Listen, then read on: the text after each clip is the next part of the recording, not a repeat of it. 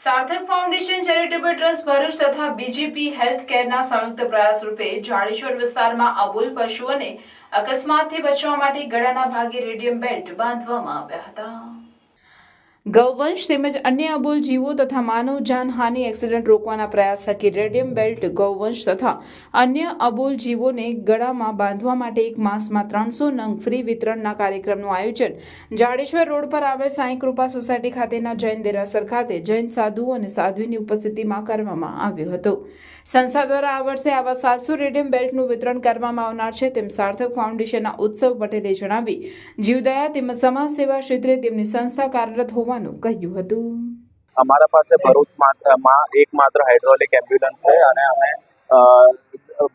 અબોલ જીવોની ઈજાનું સારવાર કરતા આવ્યા છે.